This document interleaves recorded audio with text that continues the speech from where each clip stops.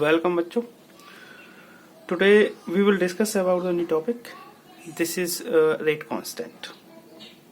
Okay. So let's see. Rate constant. It is a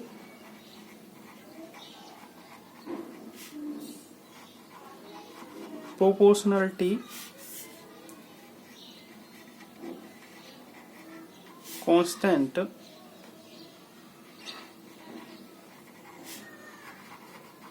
which depend upon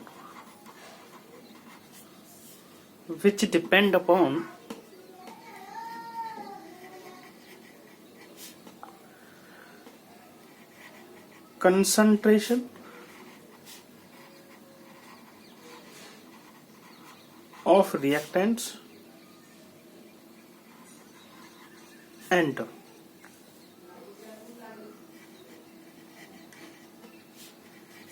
rate of reaction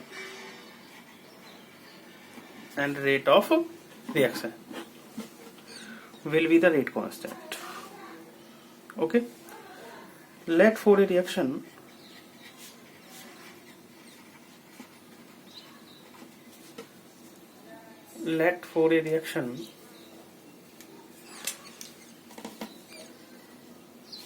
A goes to product.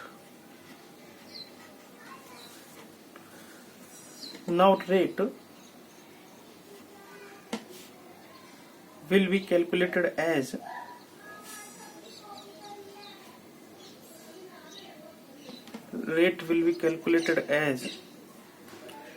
concentration of A, and this can also be written as rate proportional to directly proportional goes to equal then and proportionality constant K is written K into my concentration of A. Here this K is known as rate constant.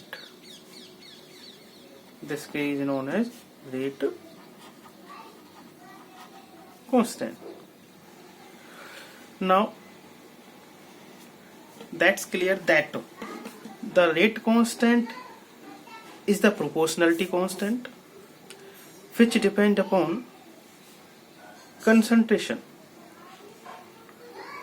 of reactant and rate of reactions. Clear? Now the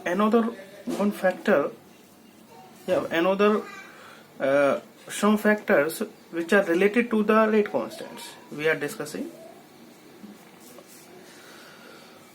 Now factors affecting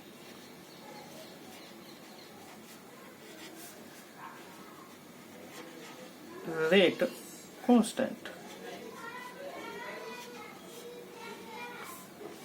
Factor affecting rate constant we can write K.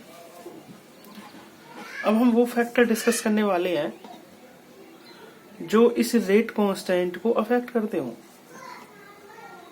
Okay, तो इसमें जो पहला factor आपको याद रखना है, जो ये रेट कांस्टेंट जिस पर डिपेंड होता है वो आता है फर्स्ट फैक्टर.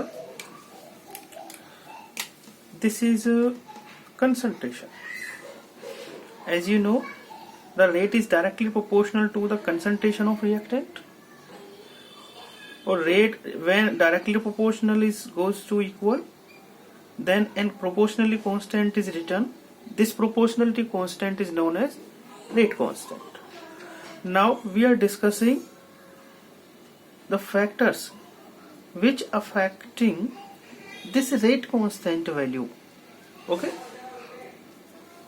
तो वो फैक्टर कौन सा है जो इस रेट कांस्टेंट वैल्यू को अफेक्ट करता है,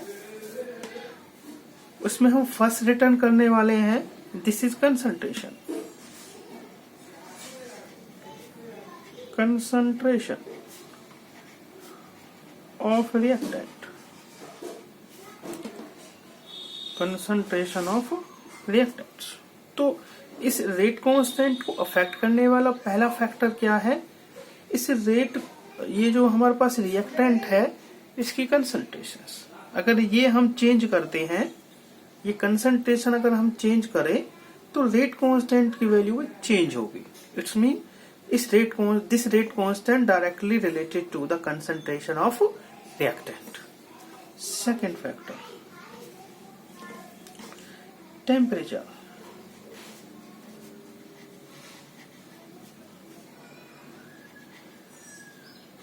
सेकेंड फैक्टर है जो इस रेट कांस्टेंट को अफेक्ट करता है वो है टेम्परेचर.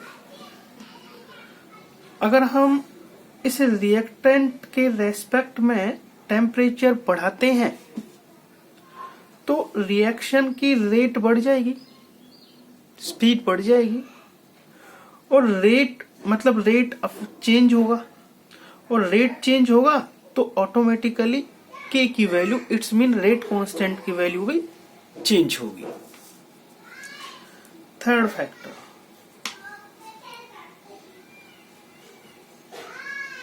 Order of reaction. अब जो तीसरा फैक्टर है जो रेट ऑफ रिएक्शन को अफेक्ट करता है वो आता है आपका ऑर्डर ऑफ रिएक्शन. एक्चुअल में ये जो ऑर्डर ऑफ रिएक्शन है ये है क्या, ध्यान देना है आपको. ये जो ऑर्डर ऑफ रिएक्शन है this is sum of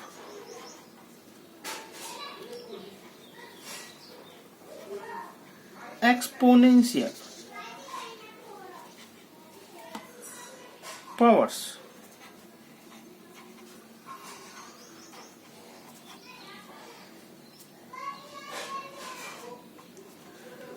in rate law expression.